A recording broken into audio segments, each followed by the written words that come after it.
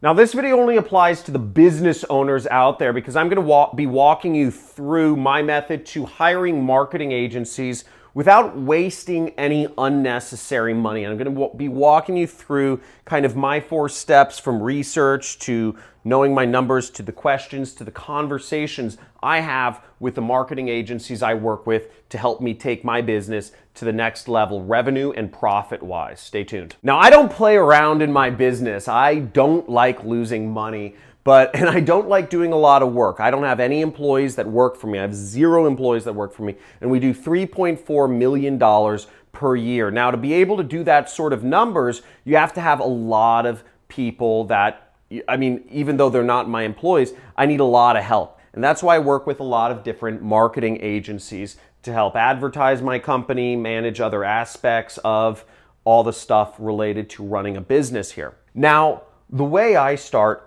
is I start everything with competitor research. I don't hire a company unless I know they're working with my competitor who's more successful than me. Everything in my business is around knowing who my competitors are that have bigger businesses than me and just ruthlessly copying everything they do until I'm at the same level or better than them. Part of that ruthless copying means I am figuring out what ad agencies or what marketing agencies or what development agencies or what support agencies my competitors are working with. And the way I do that is pretty old school, frankly. I go to conferences and I go to meetups and I go to industry events and I'm talking I'm talking on Skype, but I talk with different people in the industry to figure out who's working with who. I ask people for recommendations. Who are you working with? If I see somebody who has some ads I like, I say, who are you working with to put those ads up? Now, running a business is the same as like affiliate marketing. In affiliate marketing, you're basically copying, the best way to do affiliate marketing is to copy ads that are already working for somebody else. It's no different in business. You can just simply find a business that you like and copy as many aspects of it as you can or that you can afford. It's not difficult. You can hire people's employees from them. You can hire their agencies from them. You can do anything. You can to get whatever your competitor is doing, whatever relationships your competitor has, whatever media outlets or key figures that are in that company, you can always find a way to get some of that for yourself, either by hiring the same agencies I found is the lowest hanging fruit to literally stealing your competitor's business. So as I said, I talk with a lot of my competitors. I do research. One other way that I found with mediocre results is actually looking up different ad agencies and seeing who they post as client testimonials.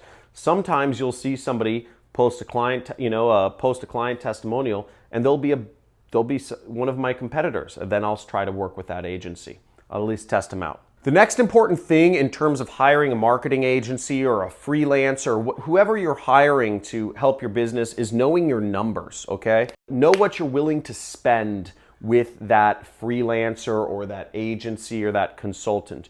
Know what numbers you need to back yourself into. Now, for my business, I'm willing to spend up to $20,000 per marketing agency I work with. But again, I'm only looking to work with a very specific type of marketing agency, and they need to have been working with one of my competitors and produced results for them. So that narrows the field a lot, but if I know my numbers, I know I'll never lose money. My risk tolerance in my business is $20,000. It may be different in your business, but I stick very firmly to my risk tolerance in my business. I'm willing to spend $20,000 to test out a new agency, and then I will measure if I got results or if I didn't. Usually, I either lose a lot of money or I'll make a ton of money. There's generally no in between. There's generally no judgment calls. It's either A or B. Now, before I work with an agency, I come prepared with a lot of questions, okay? You want to ask whoever you're thinking of working with a lot of questions to see if they're a good fit. Now, the questions I ask people these are some of the following questions. I ask them if they are doing the work themselves or if they're working with contractors, if if the people they're working with are in-house, meaning in an office. I ask the people if they're employees, first of all. An employee means they're working only for this person. Or if they're contractors, and if an ad agency I'm hiring is working with contractors, it means the people they're working with can work for anyone. I give preference to people who are working with employees, meaning that it means the agency has a stable business and they are working exclusively with certain people that I wouldn't be able to work with otherwise. The other question I ask people is how much is their largest client spending with them per month? Or a variation of that is for non-marketing agencies is what are the results that their largest client is getting with them as a direct result of their work.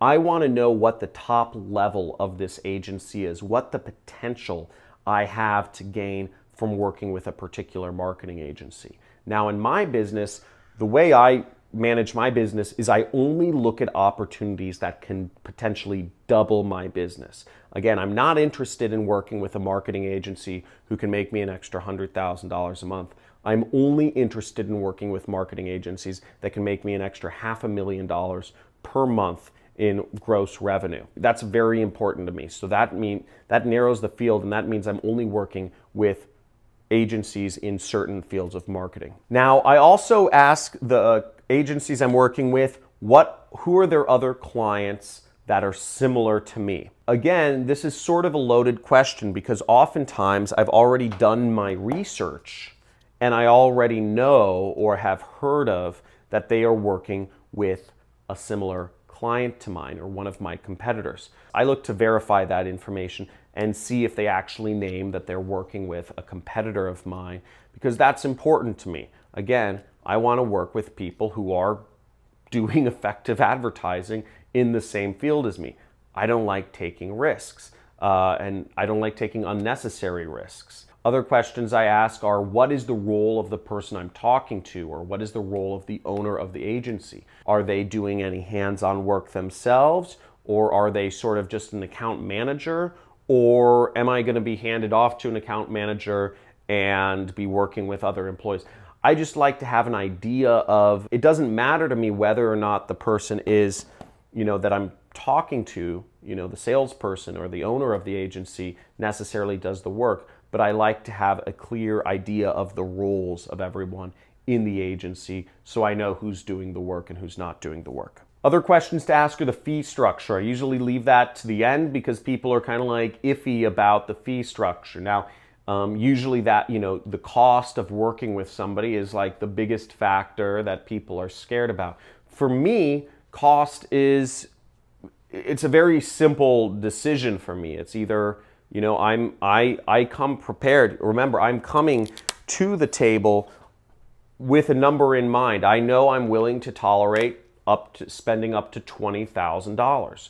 So as long as it's under that, I say, yes, we can do this. If it's over that, I say, no, I can't do this unless the cost is this. And I leave it at that. It's very simple. I like keeping my decision-making to binary decisions. I don't like having, I didn't get a good enough feeling, or I did get a good enough feeling.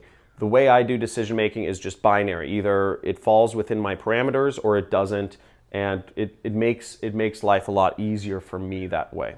And last but not least, once you've prepared your questions, I gave you a couple, have a conversation with the agency that you're interested in hiring, or the freelancer, I guess you could say, if you're working with freelancers.